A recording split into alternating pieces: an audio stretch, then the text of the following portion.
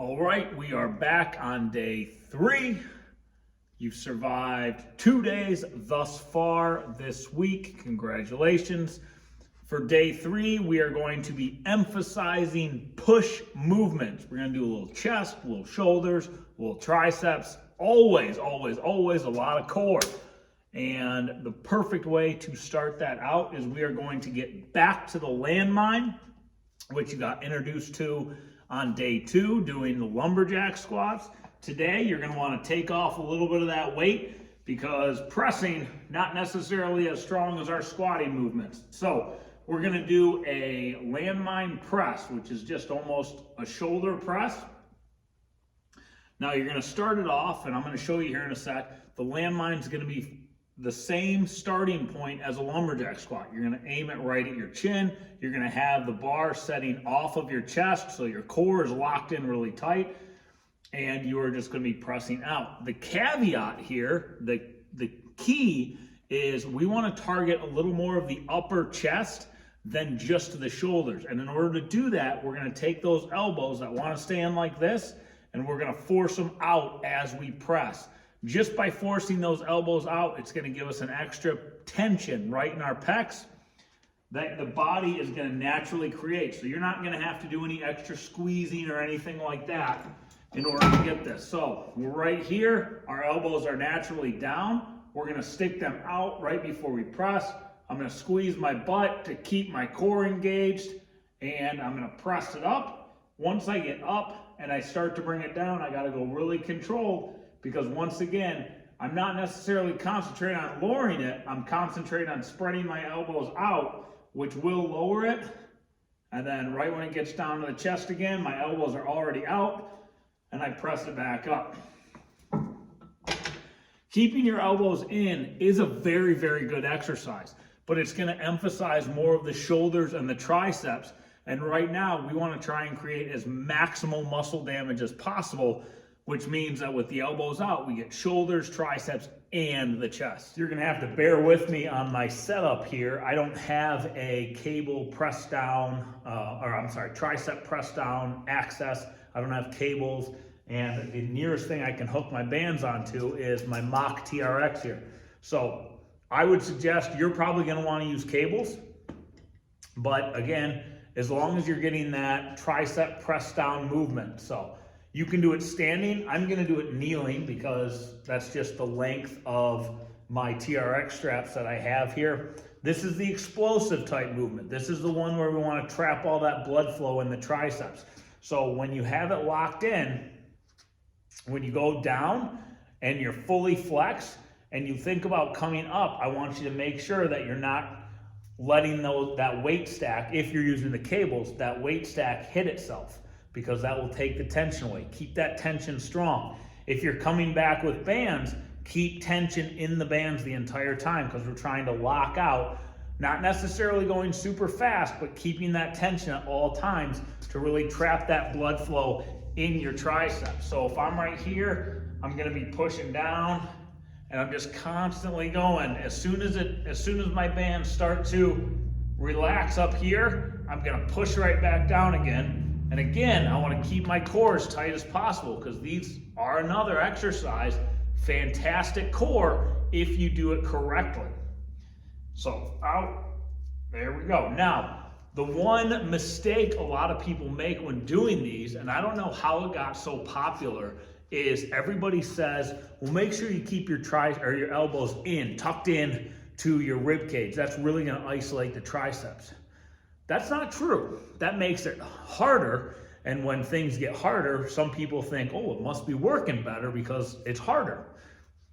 The way the body mechanics are made is your triceps are actually meant to fully engage when your elbows are out. If your elbows are in, your shoulders are going to take a ton of the brunt force on your way back up. So let your elbows just naturally go where they want to go. That's how the body is meant to move. That's the way we want to train it. For the third exercise in our group for the third exercise in our group A superset, we're gonna want to grab some lighter dumbbells. I suggest around 10s, maybe 8s if you got them. We're gonna be doing low bent over rear delt flies. So I'm sitting on the end of a bench right here. The body position is very, very important with here, because if you're sitting too tall, you're going to target your lateral delts. If you're angled over a little bit and I'm just trying there, I'm going to split the difference between my lateral delts and my rear delts. And we want to try and get as much rear delt activation as possible. So I'm actually going to try and hinge at my hips all the way down, and I'm going to basically try and get my chest to my legs and keep that position right there, because now it's nothing but rear delts right here as I fly up. Also, it makes it really easy to know, hey, am I cheating on this? Because if your chest comes off your legs, you know, yep, I'm probably cheating a little bit. So try and keep that chest folded in on your legs. And remember, this is another exercise where we're just trying to direct that blood flow and trap it into the muscles. Get it away from our chest, get it away from our triceps, and get it into the back of the body so that when we go back to the landmine, we're good to go and we recover fast. Bench press, barbell bench press. I'm not gonna go over all the caveats of a bench press with you. I know you've done it before. It was one of your big goals. I want to bench press 225 4 reps. So that's fantastic. I'm gonna share one key mistake that I see a lot of people make when they are bench pressing. They tend to take away a lot of the leg and hip drive of their bench press when they are benching, because they think, well, it's an upper body exercise, my leg placement doesn't matter. It actually matters a lot because it creates stability. And when you can lock in power from your heels, it goes all the way up into your hamstrings, which go into your glutes, which go into your lats, which can stabilize your shoulders. So that kinetic chain is always playing no matter what we're doing. So the one thing I'm going to tell you that I want you to try the next time you are bench pressing is when you line up for the bench press, you want to slide your heels back as close to your butt as possible while still keeping your feet flat on the ground. So I don't want you up on your toes like this. That's gonna be way too much. So my feet are still flat. I can still push my heels into the ground if I need to. Now that I'm like this, now that I have my heels in here and my hamstrings are locked into place, as I come down with the bar, as that bar comes down, my power is not only coming from my shoulders, but I'm also feeling power in my legs, in through my heels, all the way up in my hamstrings, and it's generating all the way up, and it's gonna help with that initial press. I'm not pushing up, but I'm pushing in. I'm pushing my heels into the ground as I'm pressing that up. It seems silly, but it is very easy to set yourself up, because once your feet get in that position and you start repping them out, it's not going to change. So just make sure when you get in position, when you start to lift, try this. Try it with a lighter weight first, just to kind of get the feel for it, because it might feel a little weird if that's not normally how you hold your feet when you're pressing. Overhead banded pull aparts, super easy. You're going to go up, over. Remember, hands closer together means harder. Hands farther apart means it's easier. And you're just going to go behind your head, about to the middle of your head or the base of your neck. Let it go back up. Keep that tension the whole time you're doing it, though. Always, always, always keeping that tension. That's going to get those, it's going to get your lateral traps or lateral delts and those traps engaged. And believe it or not, bench pressing loves traps. So if you can get your traps activated, which is what this is going to do, it's really going to help your next set as far as stability goes. Wide grip pull-up singles. Again, I really wish I had a pull-up bar, not only so I could show you this, but I just really like pull-ups. I haven't been able to do them in a while. Wide grip. I like the angle, if you can see that downward angle handles, if your gym has that. If not, just get as wide as you can to incorporate a little more rear delts and lats than the narrow grip does. We're doing singles, okay? So you're literally gonna pull up one pull-up at a time, and then you are going to rest 20 to 30 seconds before your next pull-up. So do your very best to not jump, so to pull from a nice standing position. Remember, the very first thing that you should feel as you pull, whether it's a pull-up, whether it's a row, any type of pulling motion, the first thing that you should feel is that pinch in the back. So you're going up, and I'm immediately gonna pinch and then pull. So it's pinch and then pull every single time. Pay attention to those shoulder blades. Pinch and pull. You're just gonna get one. Then you're gonna lower yourself down. You're gonna kind of wiggle yourself out a little bit. Get ready. Line up number 2. You're gonna get 2. You're just gonna go to 5. All this exercise is 1, pull-ups are very, very good for you, obviously. And then 2, you're creating your body, you're getting your body used to doing more than typical. So you could typically do 3 good pull-ups. By doing them in this fashion, you're forcing yourself to go to 5. Heck, if you're feeling great, go to 6, go to 7, go to 8. It really doesn't matter.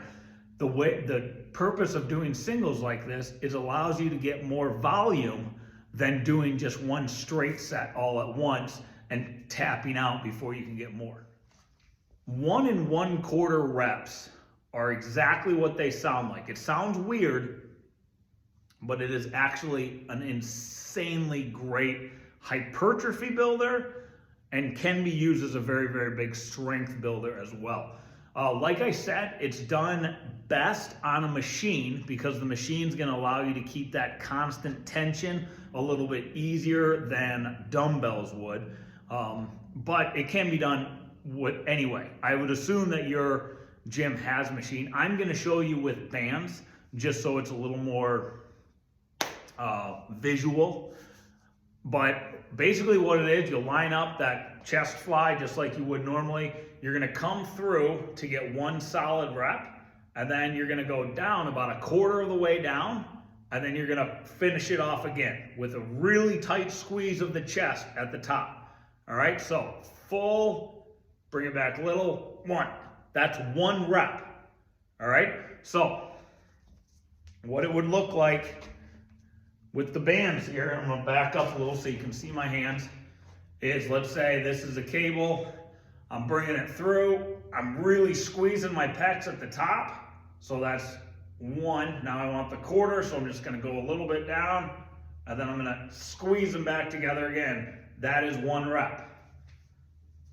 So you count your reps, obviously the same as you normally would, but 1 1/4 is going to, as soon as that body thinks that you're gonna allow it to relax a little bit, you're squeezing again. So you're shocking your body a little bit from what you're normally used to is in that straight rep.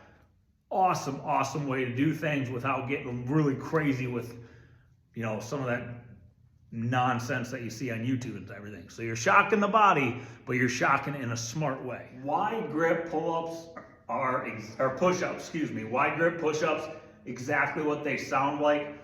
You just did your 1 1/4 flies. So your chest, the middle of your chest especially, is toasted. Now we're gonna try and bring a little bit of that pressure to the outside, to your shoulders and to your upper pecs a little bit. So line up just like you would a normal push-up, whatever width you use, probably shoulder width or about. And then all you're gonna do is you're gonna take 1 hand print about outside of it and just regular push-ups off of that.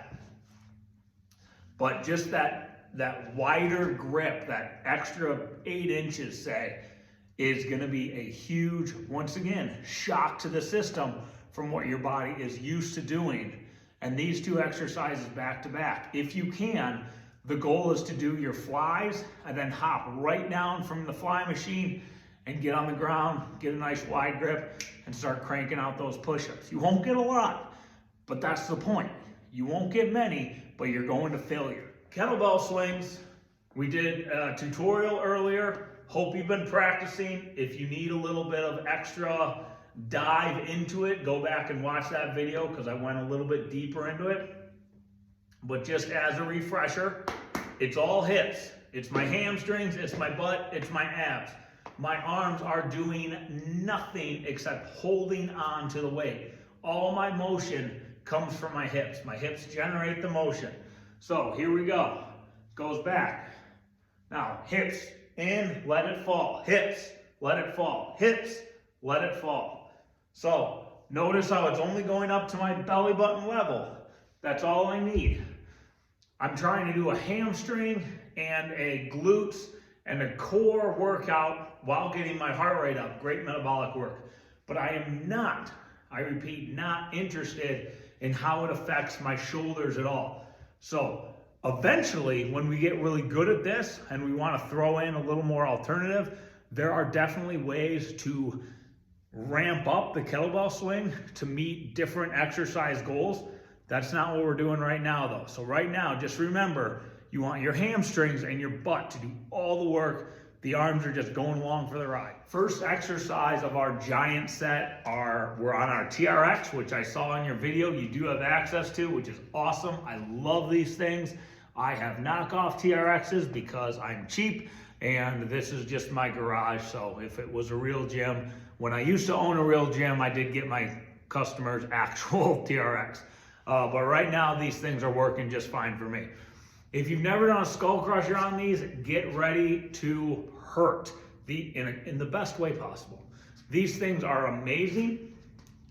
So what you're gonna do is you're gonna line yourself up like you're almost doing a TRX push-up. Raise your hand just a little bit, so now I'm on my toes. Imagine there is a bar connecting these handles here, and you are just gonna lower yourself to the bar while keeping your body perfectly straight. So I'm gonna kind of rock forward on my toes. This is gonna cause me to break at my elbows. I'm gonna touch that bar with my forehead. I'm gonna push myself right back. Notice my elbows are going out. That's just the way the body is built. That's what I'm gonna let it do. I'm not gonna try and fight it by keeping them in. And just keep it in. Keep that body nice and straight because your core is gonna love this exercise. Now, once it gets really, really tiring, you can do a couple things. You can rest, pause for about 20 seconds and get right back into it. Or, because I love the TRX, you can walk forward a little bit to take a little bit of pressure off and keep it going. That's gonna take some mental fortitude to do that one, because once you get that pump and that burn and you say, hey, I'm gonna keep going, I'm not gonna stop at all, props off to you, that would be amazing. But again, if you need to do this in a rest pause format to get all 50, absolutely do it. These things might be called angle raises or front angled raises, whatever. I like to refer to them as Y raises because it's like I'm making that Y with my arms. So dumbbells. Now, the key thing about this is how you're gonna grab them. You're not gonna hold them like you would a front dumbbell raise. You're actually gonna hold them with your palms out, and truthfully, you can't see them now because my dumbbells are fat, but my thumbs are pointed up. And here's how I'm gonna raise it.